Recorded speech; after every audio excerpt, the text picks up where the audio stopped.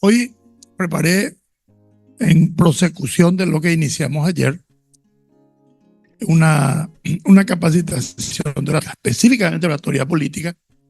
Y como tal, tengo que decir que la oratoria política tiene sus características y tiene además sus objetivos. Si no tiene objetivos, entonces no es una oratoria dirigida a la política. Una pieza de oratoria tiene que tener un objetivo, ya sea persuadir, ya sea tratar de cambiar la imagen de algo o, digamos, deshacer algunas informaciones en contra que se tengan, pero tiene que haber un objetivo. Siguiente. Para entrar en contexto, quiero comentarle que en la época moderna, la que empieza, digamos, con la proliferación de los medios en comunicación, la época moderna en comunicación, tiene que, digamos que empieza con una etapa en donde aparecen las especializaciones.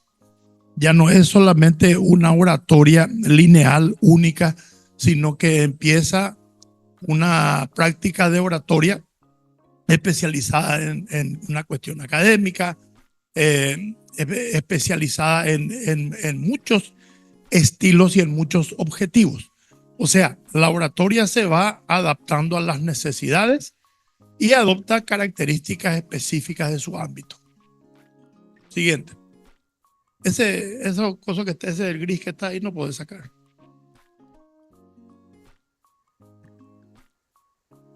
Muy bien. Los oradores tuvieron que adaptar su estilo a unas exigencias de los medios masivos, sobre todo porque cambiaron, o sea, aparecieron los intermediarios masivos entre la gente y el orador. O sea, se instaló un intermediario entre el emisor y el receptor, y esos emisarios fueron los medios masivos de comunicación. La radio y la televisión, sobre todo, son los que empezaron a cambiar los estilos. Luego aparecen los recursos audiovisuales, que ayer más o menos estuvimos hablando, pero que en definitiva adopta un montón de estilos anteriores que ya existían y las adopta también y las mejora y las lleva a un nivel de vínculo más efectivo y más cercano con la gente. Siguiente. ¿Qué es la oratoria política? Si buscamos una definición, digamos, una definición más sencilla, tenemos que decir la oratoria es el arte de hablar en público y tiene sus propósitos, sus objetivos. Es persuadir, influir, convencer a una audiencia sobre los temas que a él le interesa. Si es un ámbito político, entonces le interesa a él. ¿Cuáles son las características que tiene? El uso de un lenguaje persuasivo. Cuando vamos a recurrir a la oratoria política, nosotros tenemos que buscar persuadir a la gente para que, primero, confíe en nosotros. Segundo, entienda que quizás nosotros somos los que tenemos la lectura correcta del momento y del contexto y pueda acompañarnos en nuestro proyecto político porque nosotros nos hemos ganado su confianza. Ese es el lenguaje persuasivo. El lenguaje persuasivo tiene que utilizar técnicas de repetición permanente y tiene que utilizar también técnicas distintas para conseguir su objetivo. Otra de las habilidades que se tiene que tener en la oratoria política es el lenguaje es las habilidades de comunicación verbal y no verbal. ¿Qué hacer? ¿Qué hacemos con las manos? ¿Cómo le ponemos énfasis a lo que decimos? ¿Cómo nos paramos? Ustedes se habrán dado cuenta que en los debates hay gente que se para de esta manera, hay gente que se para de esta manera.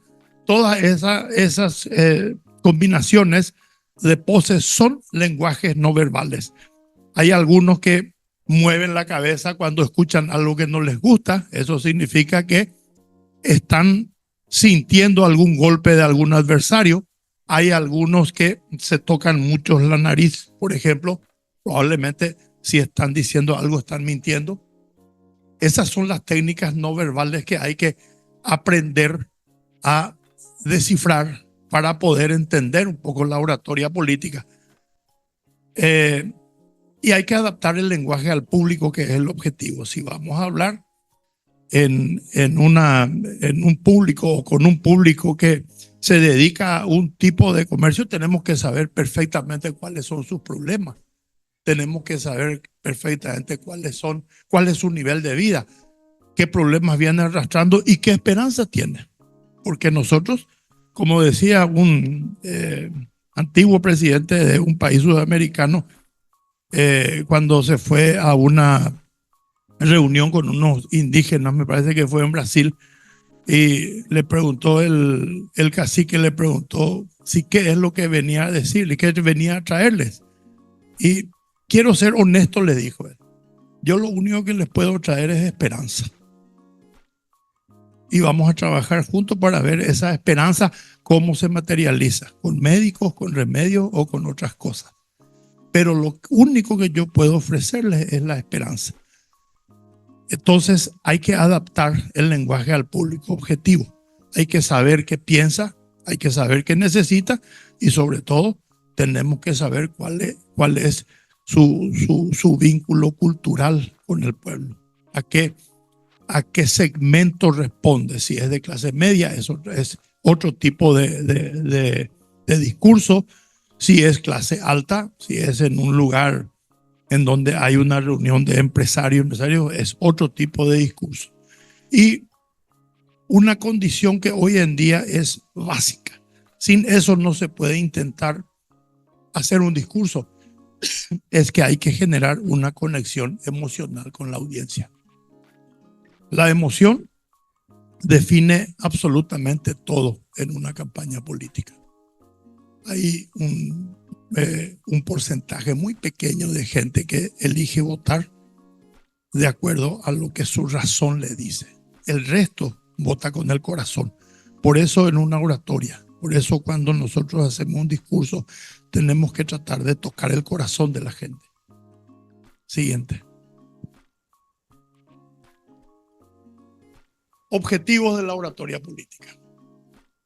Como le dije, la oratoria o el discurso debe tener un objetivo. Sin objetivo es simplemente una sanata de palabras que no tiene un valor práctico para lo que nosotros hacemos. Entonces, ¿qué es lo que queremos hacer nosotros? Persuadir a la audiencia sobre una idea. Dice, vamos a definir por qué es un político. Un político es alguien que tiene una idea, para empezar. Si no tiene una idea, no puede hacer política. Pero esa idea tiene que comunicar. Y tiene que tener la capacidad de persuadir a la audiencia sobre su idea, sobre su propuesta o sobre la política que piensa desempeñar.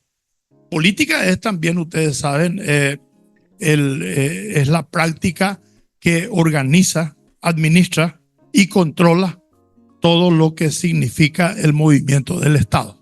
Eso es la política.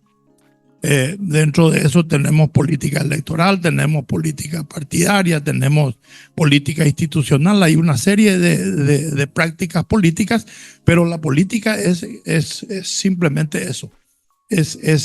Son actividades decisionales en donde uno decide qué instituciones se van a crear o eliminar. Uno decide, por ejemplo, cómo se van a administrar a partir de un determinado momento el bien público, el dinero público, o decide cómo controlar a otros poderes del Estado. Esa es la política. La oratoria también tiene un objetivo claro que es generar confianza. Para generar confianza hay que establecer, como le dije, una conexión emocional. No existe un mejor clima en la oratoria que generar confianza entre el mensaje y el orador. El que recibe tiene que saber que el orador está diciendo algo en lo que cree. Tiene que sentir que en realidad no es simplemente un teatro, sino es algo que le está saliendo de adentro. Y con eso, haciendo toda esa estructura discursiva, ¿qué es lo que hacemos? Influenciamos la opinión pública. Influenciar en la opinión pública es todo un arte. Es lograr que la audiencia se vuelva afín a nuestras ideas. Es lograr que la audiencia adopte una postura o tome una acción específica. Si necesitamos que se movilicen, entonces nosotros pedimos que se movilicen. Si necesitamos que se organicen, pedimos que se organicen. Pero para influenciar la opinión pública, tenemos que lograr una conexión emocional. Ese es el puente. Primero, la persuasión, la conexión emocional y después la influencia en la opinión pública. Podemos pasar al siguiente.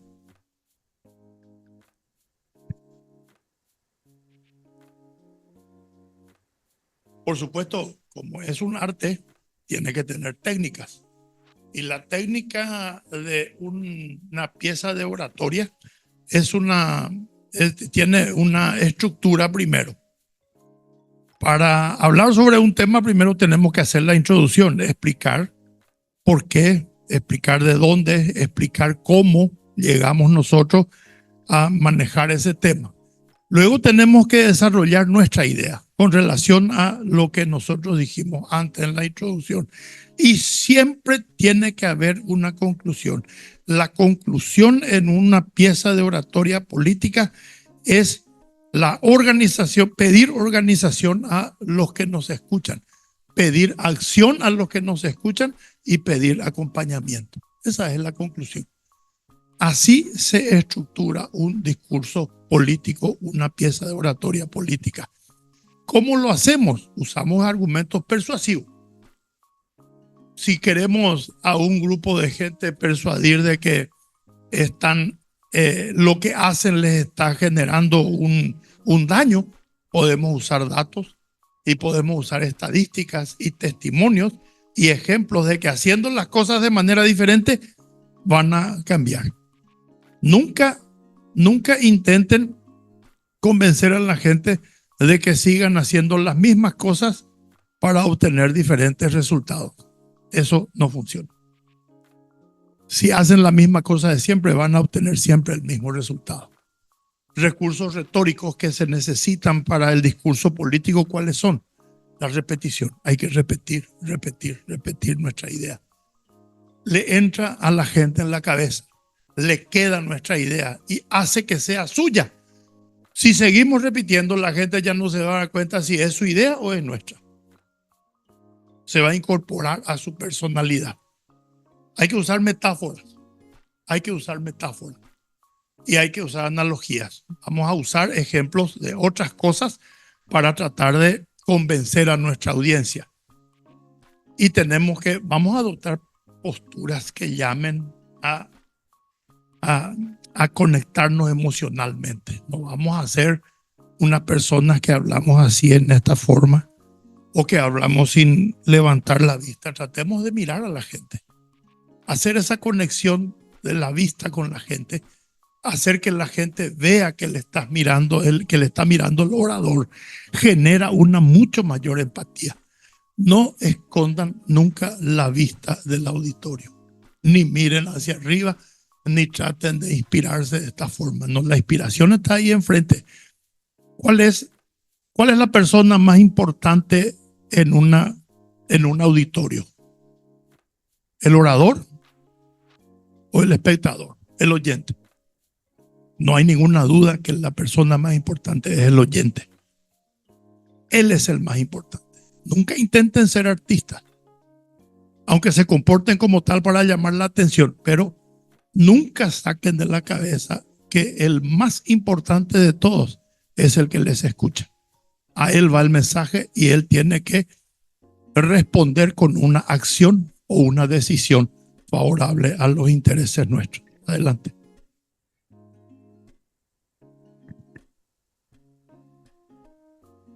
Quiero mostrarles ejemplos de oratoria política exitosa a pedido de Arlene para que ustedes vean cómo una pieza de oratoria termina por coronar toda una serie de acciones y una serie de procesos políticos, porque es el último paso, es lo que faltaba. Y vamos a escuchar o vamos a ver discursos de dos personas que lograron cambiar países.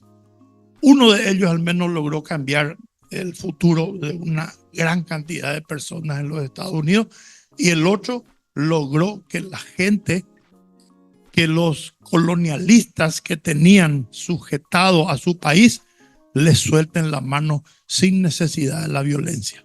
Vamos a escuchar primero a Martin Luther King cuando hace un discurso en donde él comparte su sueño con los espectadores. Siguiente.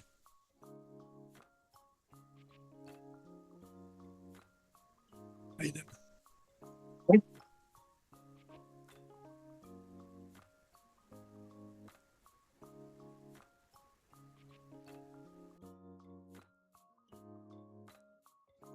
So even though we face the difficulties of today and tomorrow, I still have a dream. It is a dream deeply rooted in the American dream. I have a dream that one day this nation will rise up and live out the true meaning of its creed. We hold these truths to be self-evident, that all men are created equal.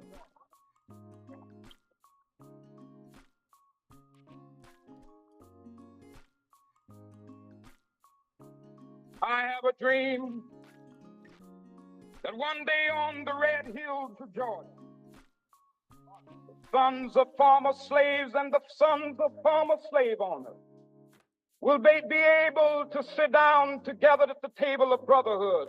I have a dream that one day, even the state of Mississippi, a state sweltering with the heat of injustice, sweltering with the heat of oppression, will be transformed into an oasis of freedom and justice. I have a dream that my 4 little children will one day live in a nation where they will not be judged by the color of their skin, but by the content of their character. I have a dream today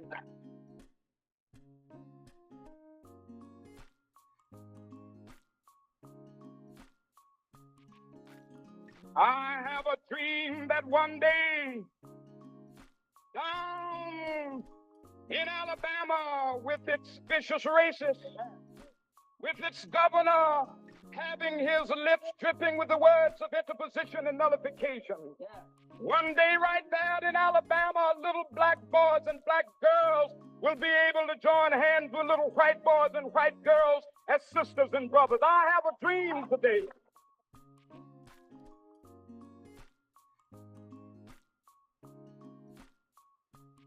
I have a dream that one day every valley shall be exalted. Every hill and mountain shall be made low. The rough places will be made plain, and the crooked places will be made straight. And the glory of the Lord shall be revealed, and all flesh shall see it together. This is our hope. This is a faith that I go back to the South with. With this faith, we will be able to hew out of the mountain of despair a stone of hope. With this faith, we will be able to transform the jangling discords of our nation into a beautiful symphony of brotherhood. With this faith, we will be able to work together, to pray together, to struggle together, to go to jail together, to stand up for freedom together, knowing that we will be free one day. This will be the day. This will be the day when all of God's children will be able to sing with new meaning. My country, tears of thee. Sweet land of liberty, of thee I sing. Land where my fathers died, land of the pilgrim's pride. From every mountainside, let freedom ring. And if America is to be a great nation, this must become true. And so let freedom ring. From the prodigious hilltops of New Hampshire, let freedom ring. From the mighty mountains of New York, let freedom ring. From the heightening Alleghanies of Pennsylvania, let freedom ring. From the snow-capped Rockies of Colorado, let freedom ring. From the curvaceous slopes of California. But not only that, let freedom ring from Stone Mountain of Georgia. Let freedom ring from Lookout Mountain of Tennessee. Let freedom ring from every hill and molehill of Mississippi, from every mountainside. Let freedom ring. And when this happens, when we allow freedom ring, when we let it ring from every village and every hamlet, from every state and every city, we will be able to speed up that day when all of God's children, black men and white men, Jews and Gentiles, Protestants and Catholics, will be able to join hands and sing in the words of the old Negro spiritual, free at last, thank God Almighty.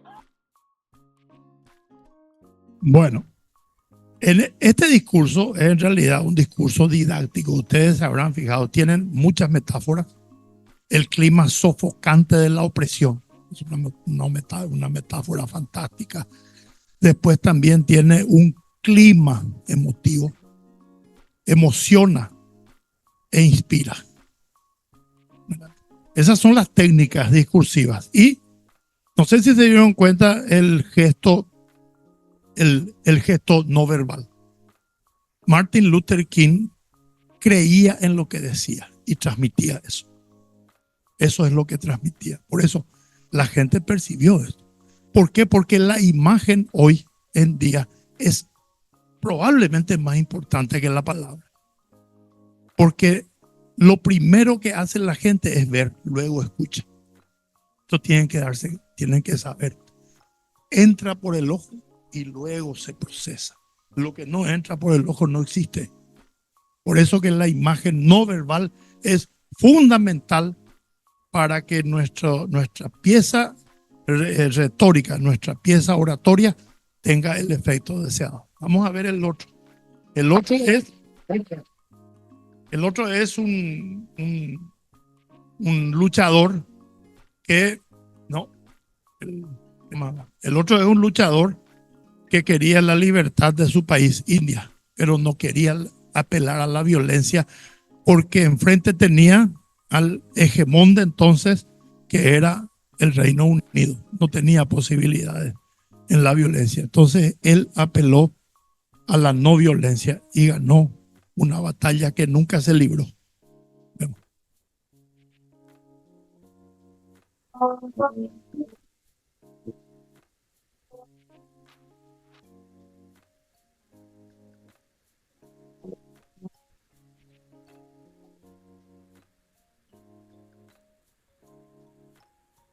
I regard myself as a soldier, though a soldier of peace. Je me considère comme un soldat, quand même, un soldat de la paix. I know the value of discipline and truth. Je sais très bien la valeur de la discipline et de la vérité. I must ask you to believe me when I say that I have never made a statement of this description, that the masses of India, if it became necessary, would resort to violence. En attendant, laissez-moi dire que je n'ai jamais dit que les masses de l'Inde, si c'était nécessaire, recourraient à la violence. I regard myself as incapable in my lucid moments of making a statement of this character. It is complete independence that we want.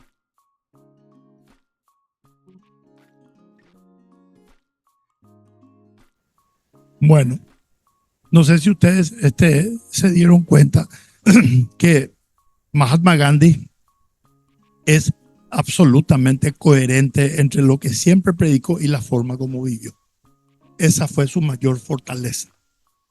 Nadie, él le obligó a la gente, hacía frío en esa época, yo leí en la crónica, hacía frío en esa época en Ginebra, pero él nunca utilizó un abrigo, simplemente se tapó con las telas con las que solía y él mismo tejía.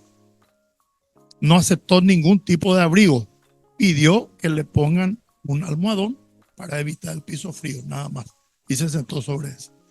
Y esto fue en 1931. El proceso de independencia empieza después, termina en 1947. Pero no sé si se dan cuenta cómo cambió el mundo. Gandhi hablaba en inglés, pero el idioma universal era el francés. Había un traductor francés. Si esto ocurre hoy, no va a haber un traductor francés porque ya no es el idioma dominante. El idioma dominante hoy es el inglés. El mundo cambia y eso tenemos que entender y nosotros estamos en ese proceso. Podemos ser parte de la historia, podemos mirar la historia pasar o podemos simplemente completar nuestra existencia desde el principio al fin sin ser parte de nada. Esas son las tres alternativas que hay en la política. Siguiente. ¿Qué tenemos que hacer aparte para mejorar la oratoria política? Yo suelo decir siempre a mis alumnos ya en otras conferencias que mucha gente veía las peleas de Mohamed Ali, un gran boxeador, uno de los mejores del mundo seguro. 12 minutos se preparaba para boxear, pero nunca nadie vio los 6 meses de preparación que tenía. Un buen orador tiene que prepararse como si fuera un boxeador. Tiene 30 minutos para convencer. 30 minutos. O 40 quizás. Pero no más. Y no puede venir a esa pelea sin preparación. Mucha gente no le respeta al auditorio y viene sin preparación. ¿Qué tema tengo que hablar hoy? Tal cosa. Ah, bueno, listo. Y después se enoja porque parece que a la gente no le interesó. No, él no estaba preparado. Cuando no se cautiva a la audiencia, el problema no es de la audiencia, es del orador. Por eso hay que prepararse. Y para prepararse primero hay que conocer el tema. No hay que hablar de lo que no se sabe. Ni hay que intentar hacer parecer que uno sabe. La gente se da cuenta. Hoy mucho más todavía porque googlea una palabra que decís y ya sabes lo que estás diciendo. Hay que practicar el discurso. No se puede no practicar. Tenés que practicar tu discurso, aunque sea el inicio y el final. Porque esos son los dos momentos en donde vos podés ver si el discurso funcionó o no. Y prepararse para alguna posible pregunta que haya. Cada parte del discurso es un disparador de preguntas. Hay que prepararse para dar la respuesta correcta. Segundo, hay que conocer a la audiencia, porque hay que adaptar el mensaje y el tono al público objetivo. Le diga tú y joven ya o vete en grupo de gente, ve. Hoy coteas y nada. No podés ir a hablarle en tono imperativo. Tenés que tener empatía. Hay que generar, hay que adaptarse, hay que adaptar el mensaje al público objetivo. Y vuelvo a decir, puse otra vez eso porque es importante hoy en día controlar el lenguaje corporal. ¿Cuántas veces se repiten en las redes sociales los gestos de los políticos en su discurso? Miles de veces. Juegan la gente con el video, ¿verdad? Juegan. Ponen aquí, ponen allá. Entonces hay que controlar el lenguaje corporal.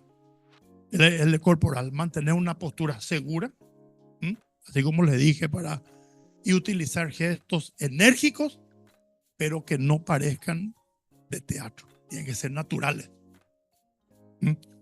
Hay que utilizar recursos visuales. Si es necesario, hay que usar gráficos, imágenes, videos para reforzar el mensaje. Si es necesario. Y si la audiencia va a recibir. No hay que obligarle a la gente a mirar algunas cosas que puede destruir todo el mensaje anterior. Hay que ser, todos los gráficos que se usen tienen que ser en apoyo de lo que está diciendo. Donald Trump estaba usando gráficos para hablar de la inmigración. Uno, cada vez que miraba, y una de esas veces le salvó la vida, pero se apoyó en gráficos, porque no se puede tener datos en la cabeza, todos los datos que hay. Hay que apoyarse en gráficos si vas a hablar de un problema que es la parte central de tu discurso. Siguiente. Para concluir, yo pienso que la oratoria política es la herramienta más poderosa que tiene el político en su poder para persuadir, influir, convencer a la audiencia, sobre todo sobre temas políticos. Por eso yo les insto a todos los que quieren incursionar en la política o quieren entrar, que tienen que dominar las técnicas. Ya vimos las técnicas. Esas técnicas de oratoria tienen que dominar y tienen que practicar regularmente. Tienen que animarse a hablar permanentemente. No importa si les sale mal. Con la repetición viene el maestro después. Siempre. La oratoria política exitosa puede tener impacto significativo en la opinión pública. Eso no lo olviden nunca. La opinión pública es muy veleta. Si vos tenés una oratoria seria, coherente, directa y emotiva, la opinión pública va a estar a tu lado. Y cuando tenga que tomar las decisiones, ya sabes hacia qué lado se va a ir. Utilicen esta herramienta de la manera correcta y siempre va a ser un aliado en la carrera política de todos. Muchas gracias.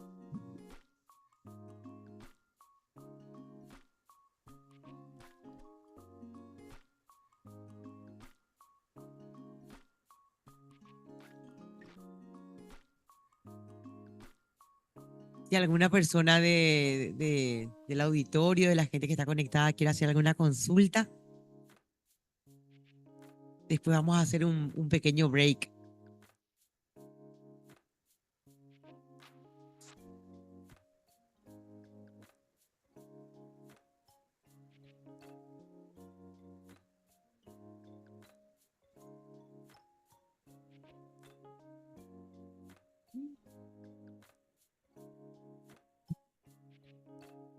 Sí, profesor, doctor, magíster, bueno, varios títulos también.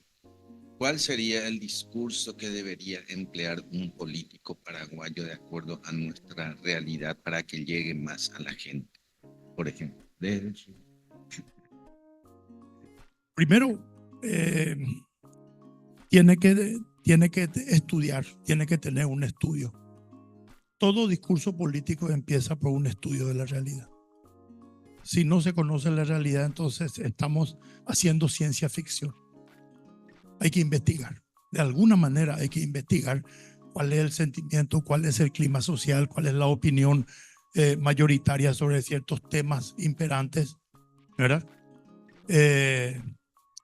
Entonces, cuando vos tenés tu discurso orientado por un conocimiento del clima social que hay, sabes por qué se enoja la gente, por qué está feliz, por qué tiene esperanza, entonces vos tenés un discurso que puede motivar.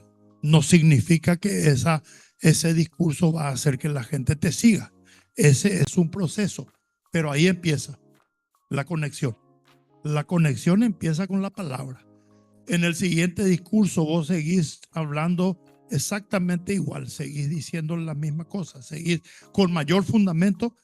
Entonces, de a poco vas creando un ambiente de confianza que es necesario. Cuando se crea eso, entonces allí podemos decir que el discurso ha sido una herramienta útil. Si es exitoso o no, Eso lo sabremos solo cuando se cuente la última boleta del voto. Pero vamos a ver que es útil.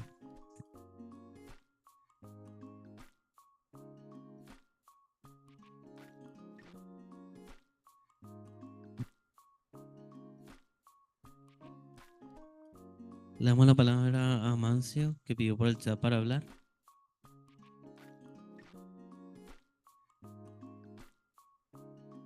Buenas noches, ¿qué tal? ¿Cómo están, señores? Mi nombre es Mancio Arevalo, soy de la ciudad de San Lorenzo. Soy artesano y también diseñador gráfico.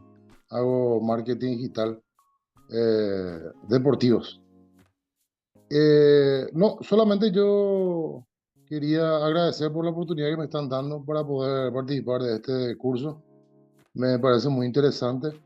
Me gusta mucho legalmente ir ampliando mis conocimientos. Y siempre esperé esta oportunidad que ahora se está dando. Estoy muy feliz y muy contento por eso. Y también quería preguntar si la última clase sería también, ¿será que nosotros también podemos participar ahí en la sala para poder tener unas cuantas pruebas, a ver qué tal nos sale? A mí me gustaría, legalmente, participar y para que el Señor me pueda ir corrigiendo de todas las cosas que yo haga mal o haga bien, más o menos, si nos puede dar unas cuantas pruebitas para ver qué tal nos sale para poder hablar en público.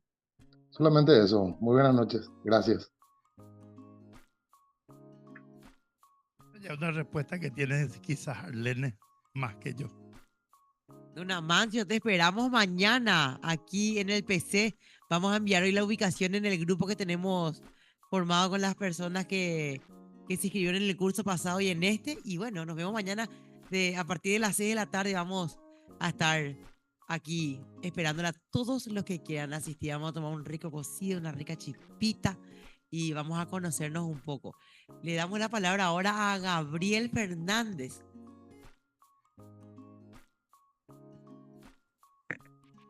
Hola, buenas noches, ¿qué tal? ¿Se me escucha? Hola. Bueno, mi pregunta va más que nada por el tema de los casos de éxito, ¿verdad? Donde la oratoria representó una herramienta poderosa en la política. Me gustaría saber si tenemos algún ejemplo más regional o del Paraguay en nuestro ambiente político de acá. Al menos, no sé, en nuestra historia. Eso es todo, gracias. Sí, a nivel regional tenemos discursos muy históricos, muy buenos. Por ejemplo, es el discurso de un político colombiano que después fue asesinado y iba a ganar las elecciones y la intolerancia política le mató a una semana, que se llamaba Roberto Eliezer Gaitán de Colombia. Tiene un discurso extraordinario. Después el presidente Salvador, el expresidente Salvador Allende, cuando asumió la presidencia de Chile, también es un discurso bastante inspirador y muy crudo de la realidad que vivía en ese entonces el pueblo de Chile, ¿verdad? También tenemos por ahí el discurso de la primera presidencia de Lula es muy emotivo y es un discurso es un discurso muy bien elaborado a nivel regional. Y yo le recomendaría a la gente por el uso de las técnicas, de la metáfora, de la analogía y de la riqueza de técnicas que pueda haber en YouTube, por ejemplo, el discurso más exitoso de Barack Obama, que se llama Yes, We Can. Sí, nosotros podemos, ¿verdad? Entonces, ese es un discurso muy rico para ver el uso correcto de la analogía, el uso correcto de la metáfora y sobre todo cómo el orador, en este caso Obama, nunca deja de controlar la emoción de la audiencia. Esa es una técnica fantástica. Eso es lo que yo le recomiendo.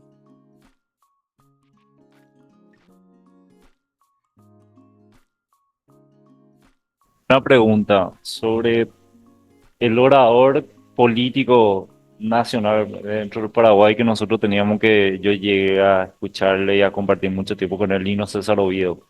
¿Qué usted piensa de las de los discursos políticos de la oratoria política que le daba a la gente. Lino César Oviedo fue un muy buen orador. Él sabía y conocía perfectamente al tipo de gente al que se dirigía y le hablaba en su idioma, le hablaba en su código de comunicación. Utilizaba muy bien el yo para, porque más que nada no iba dirigido a la gente de Asunción, iba dirigido a la gente de la zona central y rural, ¿verdad? Por eso le digo yo, el discurso tiene que tener un objetivo, y ese objetivo es el que hay que fijar de antemano. Más ¿a quién le voy a hablar? Eso es fundamental, saber a quién le vas a hablar, ¿verdad? Otro de los que tiene un discurso con mucha riqueza académica, de metáfora y de, digamos, mucha riqueza ideológica de propuestas, es el de Euclides Acevedo, por ejemplo, político nacional. Podemos estar en desacuerdo o no con lo que él dice, pero su técnica discursiva es muy buena, ¿verdad? Y hay de repente, para cada partido hay oradores que tienen técnica discursiva muy buena, porque utilizan el código y saben a quién le habla. En la ANR estaba el doctor Luis María Argaña, al finado, por ejemplo, que generaba emociones muy fuertes. No estábamos todos de acuerdo seguramente con lo que decía, pero no podíamos dejar de ver que había 1000 almas o 2000 almas que vibraban con lo que decía. Eso es un orador exitoso. Esos son los ejemplos que te puedo dar. Sí, bueno, yo quisiera recomendarles también a aquellos que quieren ser dirigentes, porque a mí me ayudó mucho, yo pasé por esa experiencia, yo hice un curso de relaciones humanas, que es el de Dale Carnegie, hace mucho tiempo, y creo que fue un punto de inflexión ese curso que hice en mi vida. Entonces les recomiendo porque es corto y les va a ayudar muchísimo para desarrollar la oratoria.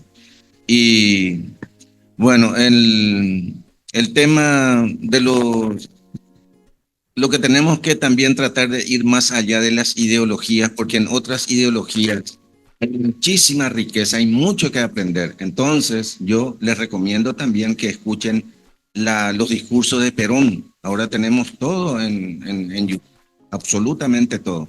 A mí es lo mejor de acuerdo a todas las investigaciones que hice yo. Y en el Paraguay me quedo con Luis María Argaña, por supuesto. Bueno, yo les quiero recomendar un coaching de oratoria, probablemente el más importante del mundo occidental de habla hispana, que búsquenle en YouTube. Se llama Yago de Marta, con Y, Yago de Marta. Búsquenle en YouTube y van a encontrar que tiene muchos cursos, y sobre todo es interesante escuchar y ver, porque él da las técnicas para dirigirse al auditorio y cómo manejar el auditorio. ¿Y alguna otra pregunta? No sé.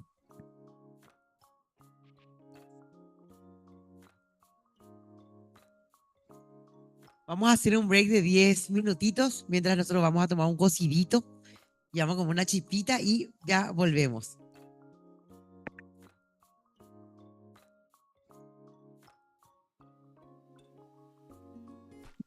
Buenas noches a todos los presentes, el auditorio en general, aquí, a los que nos están escuchando. Agradecemos mucho esta convocatoria que gracias al Partido Cruzada Nacional estamos pudiendo realmente aprender, porque uno nunca sabe todo, ¿verdad? Y siempre estamos aprendiendo juntos, eso es lo importante. Y muy interesante el tema que nos tocó el profesor Hugo Duarte, ¿verdad? ¿Por qué? Porque esa es la oratoria, el poder de estar en contacto con la gente y convencer y poder hablar no es muy fácil, ¿sí? Hay gente que tiene fobia a hablar, por ejemplo, en público. Hay gente que no que según no se siente tan bien para conversar con la gente. Y como dice el profesor Hugo, es cuestión de ir haciendo una práctica, ¿verdad? Porque si queremos estar en contacto con la gente y queremos llevar un mensaje, necesariamente vamos a tener que estar en contacto con todo tipo de gente, ¿verdad? Que nos va a decir de todo. Y prosiguiendo nuestra capacitación, les voy a hablar de formas de participación política. Vamos a proseguir hoy con la clase de formas de participación política. Adelante al maestro. Esta es nuestra agenda y tenemos unos temas que va a ser nuestra columna vertebral. Adelante, por favor. Bueno, estuvimos hablando ayer de participación política. ¿De qué tipo de actividades son? ¿Cuáles son esa participación política? Y teníamos que había dos. Una que es convencional y otra no convencional. Y también estábamos diciendo de que la participación política es muy importante, porque cuando más participamos en nuestras actividades políticas, cuando más hay gente que está relacionada al proceso electoral, cuando hay más gente que tiene formación, la opinión pública, cuando hay más contacto con las instituciones y cuando hay movilización política organizada, vamos a tener más control de todo el quehacer político, ¿sí? De todo. Tenemos que saber también que en todas esas actividades va a estar marcadas por normas y valores de nuestro sistema político, ¿sí? Porque si no estamos nosotros activando políticamente, entonces no vamos a poder incidir en el control. Vamos a poner un ejemplo. Como digo siempre, la educación es mi palo y té, ¿verdad? Entonces voy a hablar de la educación. Hoy en día sabemos que de cada 10 niños que se inscribió por primera vez en el sistema educativo, o sea, los niños que tienen 5 años, que inician, 6 de ellos no culminan para entendernos, los de antes decíamos sexto curso, hoy en día se dice tercer curso, porque tenemos el primero, el segundo, el tercer ciclo y después tenemos la educación media. Todo ese ciclo tiene que aprobar. Aquel niño que inició por primera vez con 5 años, de cada 10, 6 no culminan. Entonces es una problemática que tenemos y es bastante grave. Y no solamente grave, es tristísimo que 6 de ellos que iniciaron, de esos 10, no culminen. Y sí tenemos políticas públicas en cuanto a educación, que nuestro gobierno quiere asegurar el acceso, la permanencia y la culminación oportuna. Pero seguramente, ¿qué es lo que está fallando, verdad? Porque para eso hay hay políticas que se ponen en práctica. Por ejemplo, ahora estamos escuchando muchísimo de hambre cero. Entonces, para asegurar el acceso, ¿qué está haciendo el Ministerio de Educación? Para asegurar la permanencia, ¿cuáles son las políticas que están haciendo? Para asegurar esa culminación oportuna, ¿qué están haciendo en el gobierno? Pero ¿qué también hacemos nosotros? Nos interesamos, sabemos qué pasa, sabemos cómo está regulado todas esas políticas, sabemos de dónde sale el dinero, sabemos cuál es el gasto otorgado. Entonces, ¿de quién depende todo eso? De todos nosotros, de nuestro interés. Por eso es importante estas capacitaciones, es de suma importancia. Y es de suma importancia que nosotros también aprendamos un poquitito. Y aquí un eje pero primordial es la participación política. cuando más participamos, vamos a saber más de lo que están haciendo. Vamos a poder incidir, o sea, nuestras opiniones van a incidir en la gestión pública. Y para eso hay que organizarnos. ¿Sí? La siguiente placa, por favor.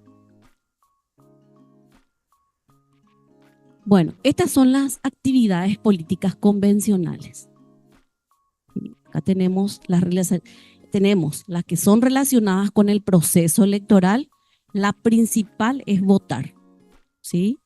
Y ahí hay varias cosas que se tienen que desarrollar. Seguir la campaña electoral, asistir a reuniones, participar en la campaña apoyando al partido, al candidato, contribuir, persuadir, orientar su voto, postularse a cargo de elección popular. ¿Sí? Después están las que están relacionadas con la creación de la opinión. Y ahí tenemos informarse sobre la política, debatir en cuestiones políticas con amigos, familiares, en el trabajo, en el lugar donde sea. Siempre es oportuno y propicio. Expresar mis opiniones en las redes. Después tenemos también las relacionadas con el contacto con instituciones y autoridades. ¿Sí? Yo soy un agente participativo. Me involucro, ¿sí? Participo. Utilizo todo eso que tengo a mi alcance para poder generar actividad, ¿sí? Y tenemos las que son relacionadas con la movilización política organizada. De hecho, una de estas capacitaciones que se están llevando también para que podamos orientar, ver, conocer y crear conciencia de lo que estamos haciendo. No es que estamos haciendo algo que no tiene sentido. Estamos haciendo algo que es fundamental, el eje primordial para que nosotros podamos mañana cambiar lo que no está bien o lo que creamos que ya no da más. La siguiente placa.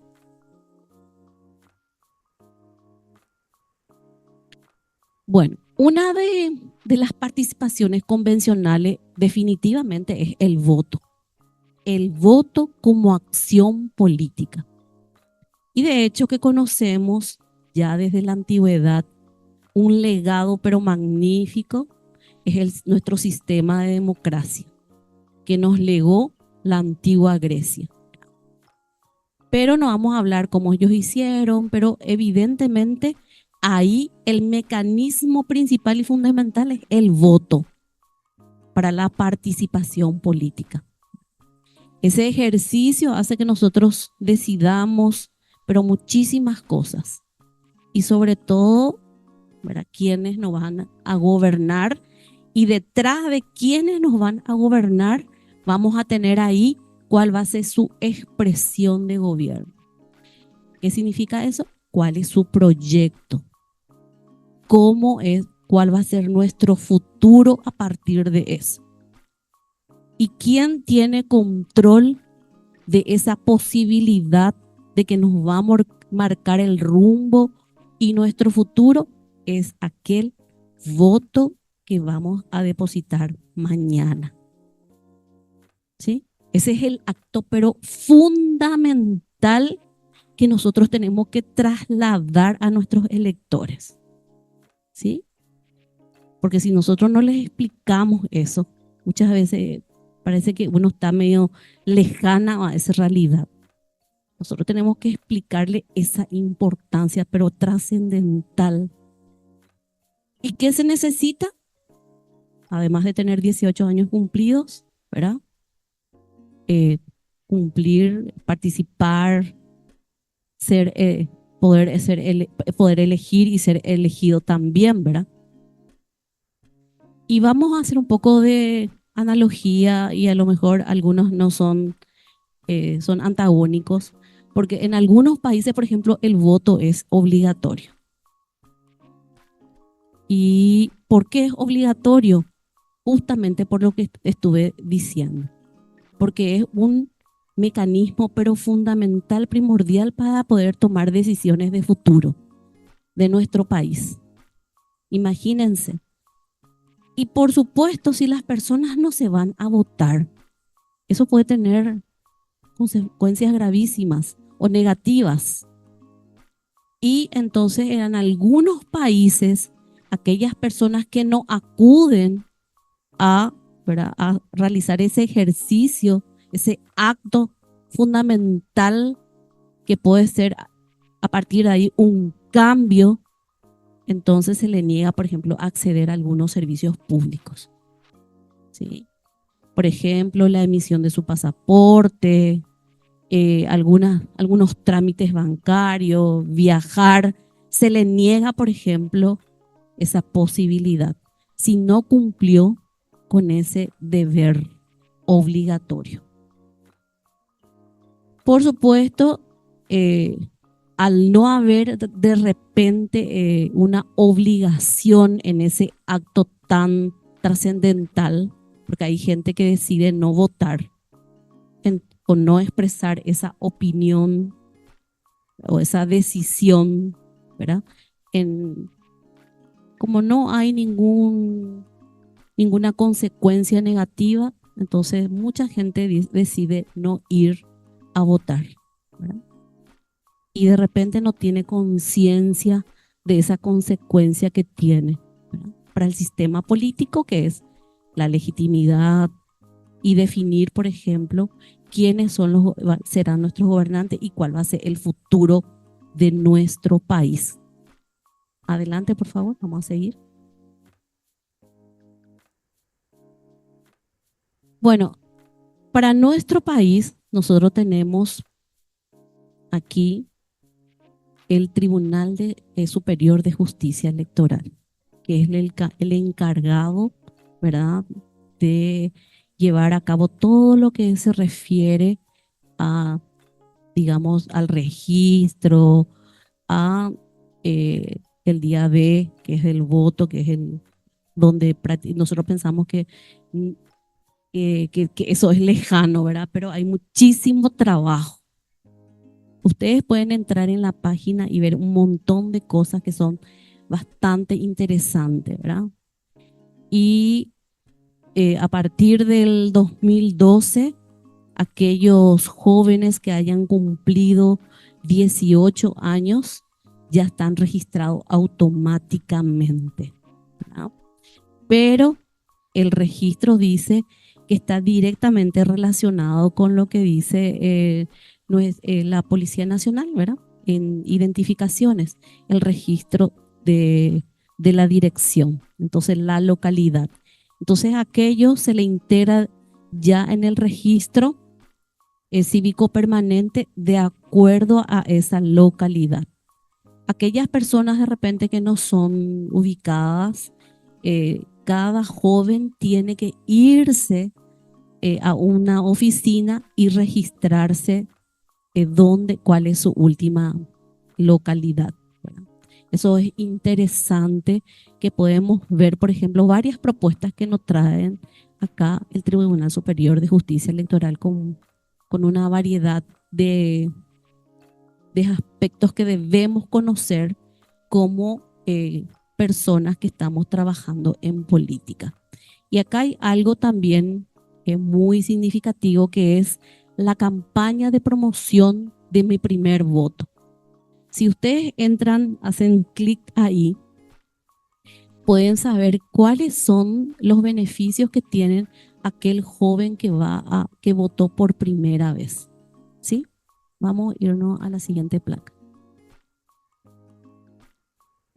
Bueno, tenemos nosotros las formas de participación, que son el sufragio activo y el sufragio pasivo. ¿Qué significa eso?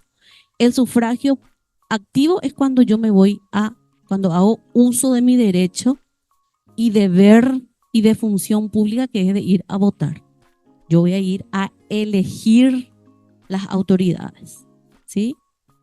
Y el sufragio pasivo es cuando yo decido a candidatarme para algún cargo de elección popular. Y ahí tenemos las formas de presentación de candidaturas. Se puede hacer a través de los partidos políticos, a través de movimientos políticos, a través de alianzas electorales o concertaciones electorales. Adelante. Bueno, para realizar una elección nacional hay que tener en cuenta esto, que se realiza entre los meses de abril y mayo, ¿verdad? Debe realizarse también cualquier domingo entre los 90 y 135 días de la fecha de elección señalada en la convocatoria. Y el periodo electoral municipal debe tener en cuenta lo siguiente, que debe realizarse durante los meses de octubre a noviembre. O sea, nosotros tenemos que manejar eso al dedillo. 30 días después de las elecciones generales. Pero que no sé si eso es así.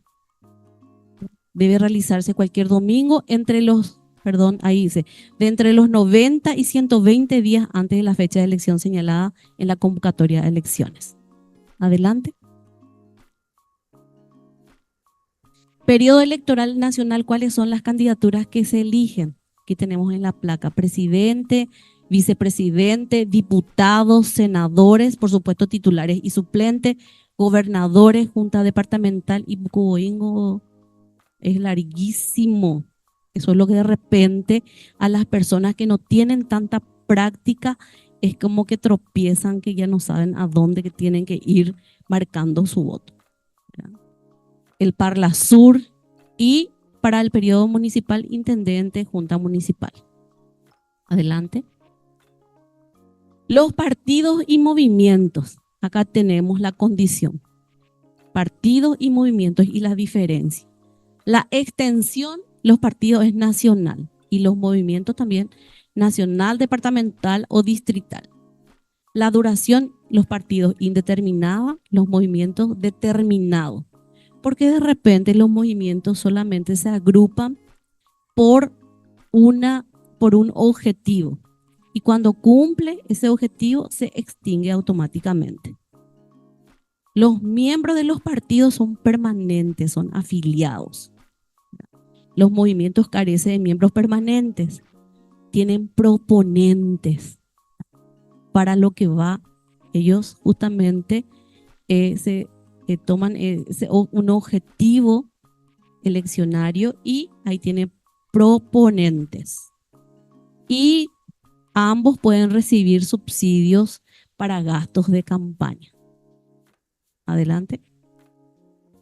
Las alianzas y las concertaciones. Y ahí tenemos los mismos.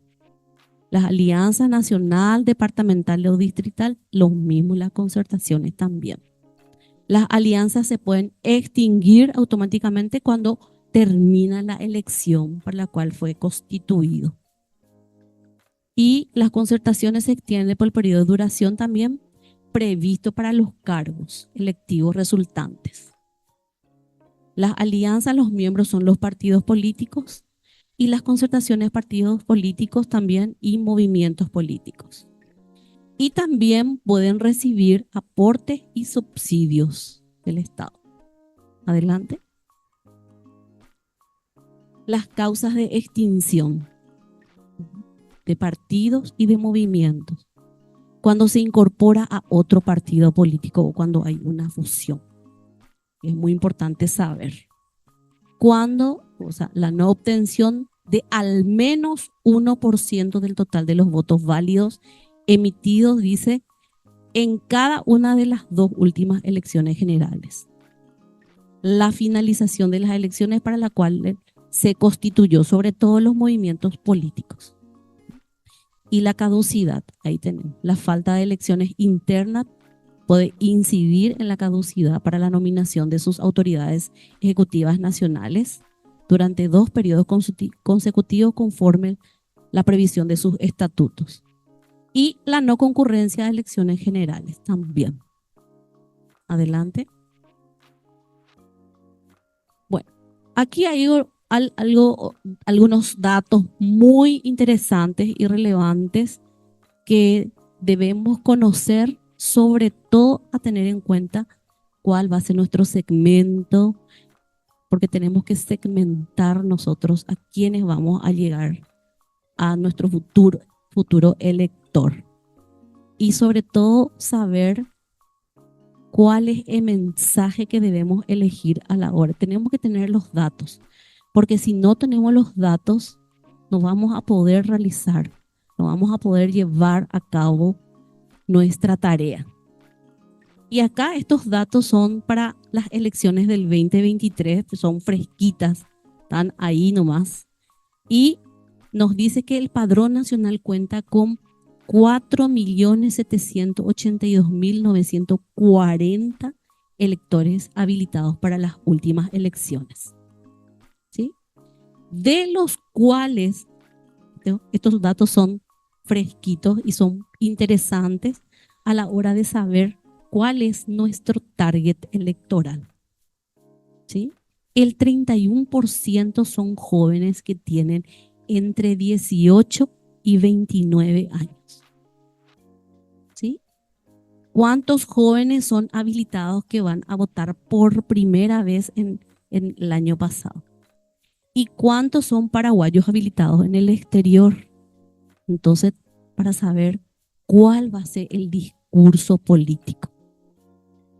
Porque tenemos 159.716 jóvenes. A lo mejor eso ya subió, pero no va a ser muy lejana a esa cantidad de jóvenes, ¿sí? La siguiente placa. Aquí tenemos los datos que son desagregados por sexo y por departamento a nivel nacional, y tenemos también a nivel del exterior del país. Aquí en el exterior tenemos los datos de Argentina, de Estados Unidos, de España y de Brasil. Muy interesante a la hora de hacer un análisis de nuestro target electoral. ¿Qué vamos a proponer? ¿Dónde tenemos que trabajar? ¿Dónde tenemos mayor cantidad de electores? Por ejemplo, ahí nos dice que en Central, Salta a Legua, que ahí tenemos 1.293.409 electores. Y de los cuales en Central 652.000 son mujeres. Hay más mujeres que, aunque es muy relativa la diferencia, ¿verdad? Un chiquín más arriba están las mujeres ahí. Entre los datos totales tenemos ahí que el 49,40% son mujeres y el 50,60% son varones. Ahí nos da la precisa de cuáles son los departamentos con mayor cantidad de electores. Esos son nuestro posible target electoral. ¿Qué debemos hacer? Por ejemplo, en Central tenemos la mayor cantidad de electores. Después tenemos también en Itapúa 395.000. En Alto Paraná tenemos 520.000. ¿Dónde tenemos que trabajar? ¿Dónde está nuestro target electoral?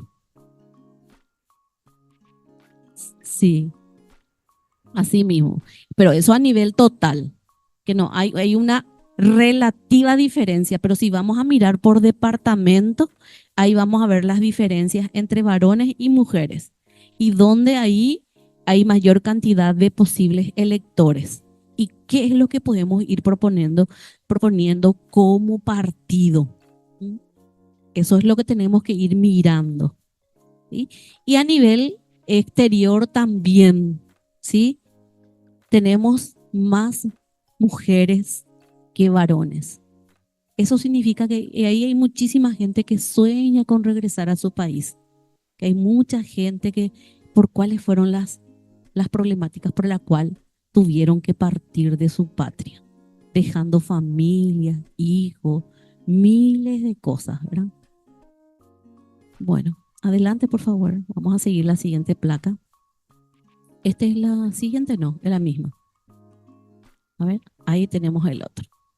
Aquí tenemos por también división política electoral y fíjense una cosita aquí. Acá tenemos organizaciones políticas. ¿Cuántas agrupaciones políticas están inscritas y reconocidas para esas elecciones que eran del 2023? Ahí tenemos por departamento también, ¿sí? Y muy interesante tener estos datos para tener un posible análisis. Esto es lo que tenemos que mirar. Estos datos están todos en la página del Tribunal Superior de Justicia Electoral.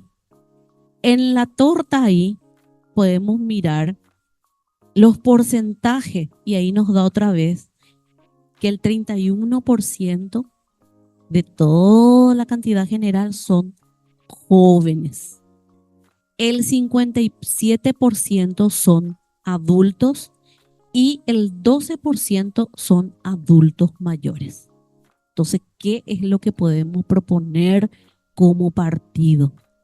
Y tenemos los grupos de edad de acuerdo a ya del total que de 18 a 29 años son 1.489.501 elector.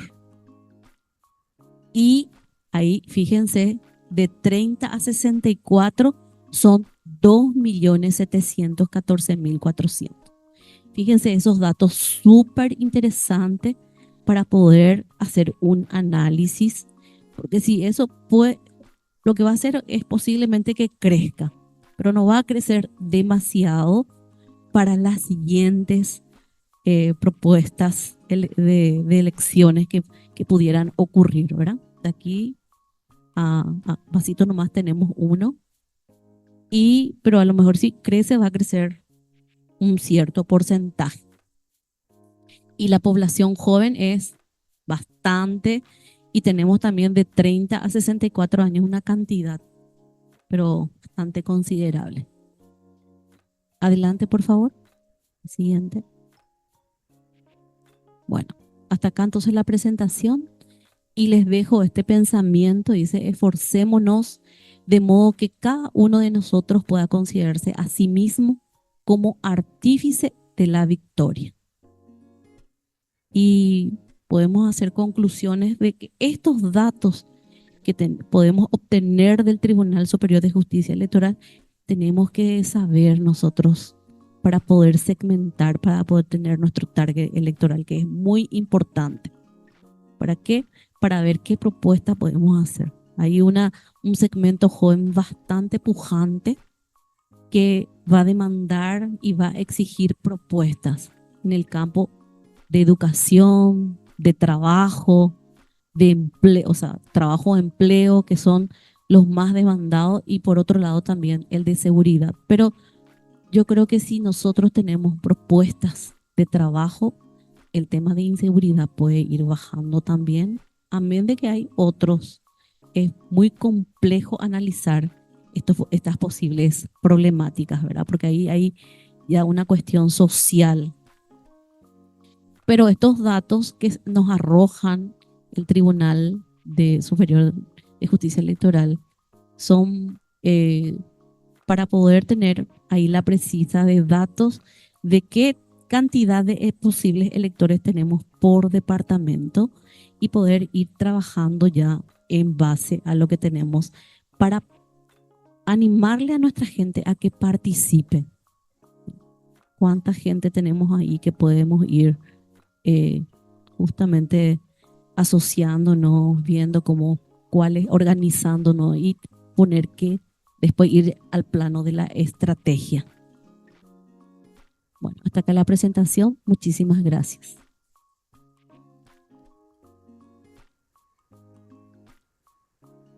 ¿Quieren hacer una acotación, alguna consulta?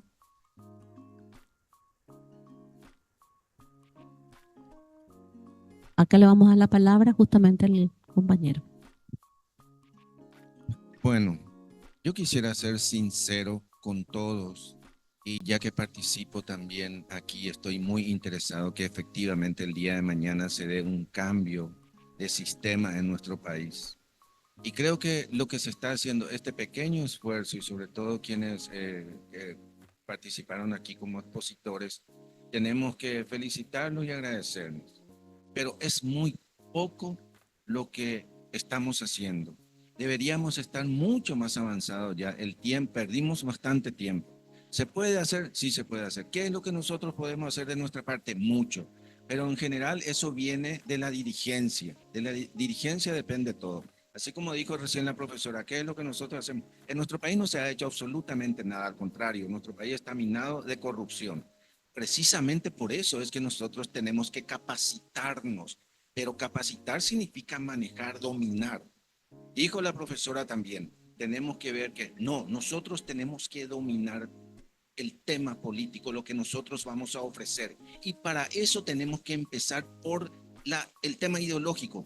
Nosotros ideológicamente tenemos que definirnos porque a partir de ahí es que nosotros vamos a saber lo que vamos a ofrecer. Tenemos que saber en nuestra ideología, en nuestro partido político, cuál es el rol que va a tener el Estado, por ejemplo. Porque sabemos que hay ideologías que quieren minimizar el rol del Estado. Por ejemplo, el señor este que está gobernando la Argentina, por ejemplo, dice que va a ser el topo que va desde dentro, va a acabar con el Estado, por ejemplo, va a acabar. ¿Se puede vivir sin Estado? Podemos, bueno, todas esas cuestiones son las que tenemos que discutir en una capacitación política y tenemos que dominar. Solamente dominando vamos a poder transmitir, vamos a poder hablar con propiedad. Tenemos que dominar el tema de nuestra realidad. Por ejemplo, yo me acuerdo que fui invitado a una especie de capacitación política también. Me había muchísima gente y les pregunté a los dirigentes, porque eran varios dirigentes, les pregunté a ellos, ustedes, ven, va el apellido para la pende elector, va el apellido, por ejemplo, ¿de qué asentamiento? Porque había muchos asentamientos. Bueno, ¿cuántos de ustedes están enganchados a la ANDE? Sí, que no pagan. Y para mi sorpresa me dijeron todos. Para mi sorpresa. Pero aquí queda una lección al menos. Y les dije, bueno, ¿y ustedes saben por qué hacen eso? ¿Y por qué pueden hacer y por qué se les permite? ¿Saben? No sabían, no tenían respuesta. Porque es del Estado. Y el Estado cumple una función social, está cumpliendo una función social. Sin embargo, e incluso está penado eso en el Código Penal, está tipificado como hecho punible. Podrían ser procesados todos y terminar en la cárcel incluso. Pero el Estado hace vista gorda por eso, porque la ANDE es del Estado y está cumpliendo en el fondo al final una función social, que es lo que deberían ser los recursos estratégicos para los habitantes. Eso diría una parte ideológica. Ahí está donde entra el tema ideológico. Por eso tenemos que saber, porque si yo soy un libertario, no podría decir eso, porque tenemos que privatizar y tenemos que dar y que se vaya, porque un privado va a hacer mejor las cosas. Mire, hay tantas cosas de las que podemos hablar para convencer, y lo mejor es hablar con propiedad, y solamente se habla con propiedad cuando se tiene conocimiento, y se puede convencer y se puede hablar con fuerza, con vehemencia, y sobre todo, como digo, una vez más manejando. Entonces, yo les pediría a los dirigentes de este partido, porque siempre he simpatizado, siempre he seguido, y por sobre todas las cosas, lo que quiero es que en nuestro país exista un cambio. Entonces, tomemos en serio la cuestión de la capacitación. Busquemos a los mejores, enseñémosles realmente cómo tiene que ser. Porque yo no quiero dirigentes ni punteros o si no, pues vamos a hacer más de lo mismo. Y con más de lo mismo no vamos a lograr nada. Vamos a ser igual que ellos o peores. Ahí están los liberales, por ejemplo. Tuvieron su gran oportunidad. Estuvieron 12 meses en el poder y fueron una verdadera vergüenza, una pena lamentable. Bueno, discúlpenme, gracias. Permitime, Don, que yo te responda a lo que puntualizaste. Como todos saben, el Partido Cruzado Nacional es un partido joven. Somos, creo yo, el único partido que en este momento está impartiendo estas charlas virtuales a la cual se puede conectar cualquier persona. Estamos ahora organizando hacer nuestra recorrida a nivel nacional. Estamos armando nuestro programa. Lo seguimos haciendo a pulmón. Disponemos hoy, gracias a Dios, de un recurso que es del 30% de lo que es el aporte estatal. Nos estamos organizando.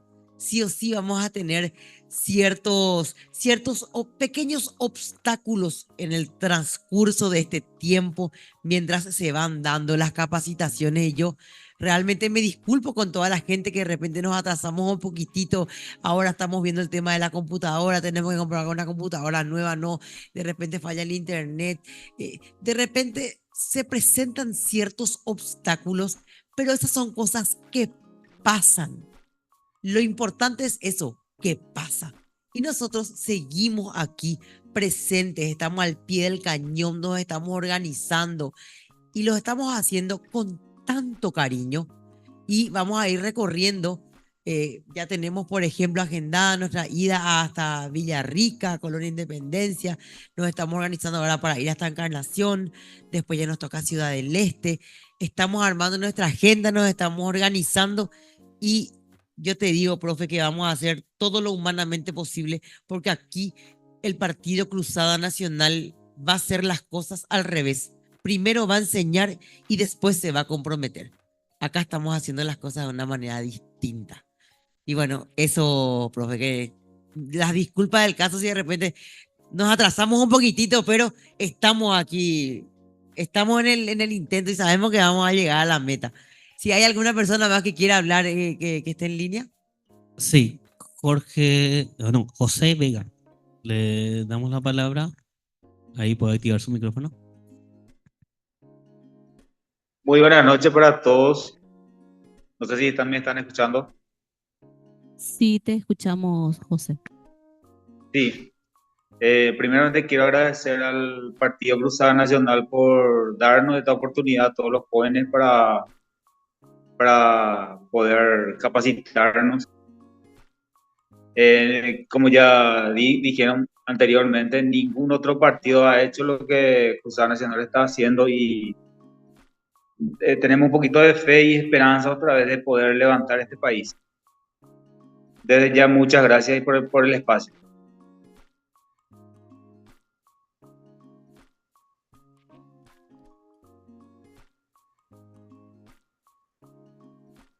Bueno, al respecto a lo que estaba diciendo Arlene, yo realmente celebro que el Partido Cruzada Nacional esté haciendo las cosas como corresponde. Porque evidentemente, si nosotros queremos crecer con seriedad, debemos capacitarnos y debemos conocer qué es lo que estamos haciendo. Porque a veces seguramente hay muchos que están diciendo, bueno, estoy haciendo bien las cosas, pero no sabía que estaba haciendo de esa manera o que tenía que hacer de esta otra. Vamos a encontrar muchas cosas a lo largo, pero lo importante es ahora capacitarnos para poder tener una nucleación de gente de que sí va a saber ya lo que tiene que hacer. Ahora, a eso se está apuntando, de que se quiere trabajar con seriedad. Entonces yo celebro de que el Partido Cruzada Nacional esté haciendo, tomando ¿verdad? Ya bien de manera correcta las acciones. Y estamos iniciando un proceso de capacitación y de educación sobre el tema político, que es lo que a nosotros nos compete, y de que todos, por más de que ya dijo Aristóteles que somos seres sociales y políticos, muchas veces hay cosas que tenemos que conocer, sobre todo nuestras normas, el alcance de cómo tenemos que participar y cuáles son esas formas de participación. ¿Sí? ¿Alguien más quiere? Sí, acá. Buenas noches a todos, a la audiencia que está ahí de forma virtual también que está participando.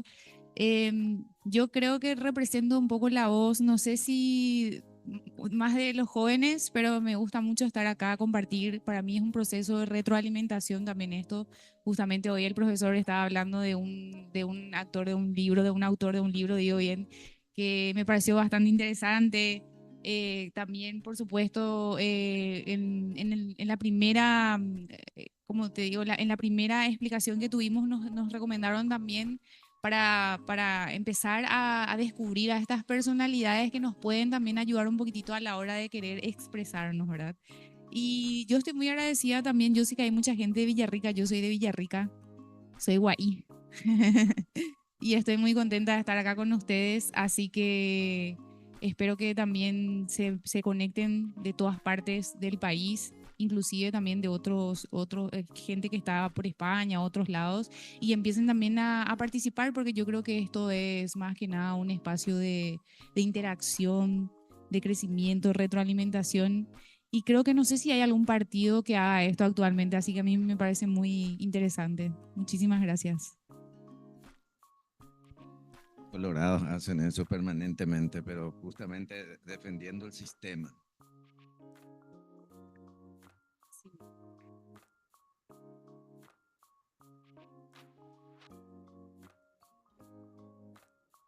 Damos entonces por culminada nuestra actividad de capacitación por el día de hoy y mañana les esperamos otra vez con todo el ánimo. Vamos a estar otra vez de vuelta a partir de las 6 de la tarde, teniendo esta retroalimentación, y vamos a estar, ¿verdad? Esperando también la colaboración de todos ustedes. Acá le paso la palabra a Arlene. A todos los presentes que están viendo, están acá en el curso y están en distintas zonas del país, yo les invito a que nos escriban al número privado, que es el 0971-911-170, y nos recomienden qué tipo de cursos quieren hacer, qué quieren aprender, dónde quieren que vayamos con el equipo, con el plantel de la gente, hasta dónde, o sea, que ustedes opinen y ustedes nos digan qué es lo que quieren, porque al fin y al cabo esto es nuestro, esto es de ustedes, de todos nosotros. Y bueno, estamos abiertos para recibir las invitaciones que sean, y entonces nos vamos organizando porque tenemos mucho tiempo para poder formarnos. Y bueno, muchísimas gracias a todos los presentes y nos vemos mañana si Dios quiere. Un abrazo para todos.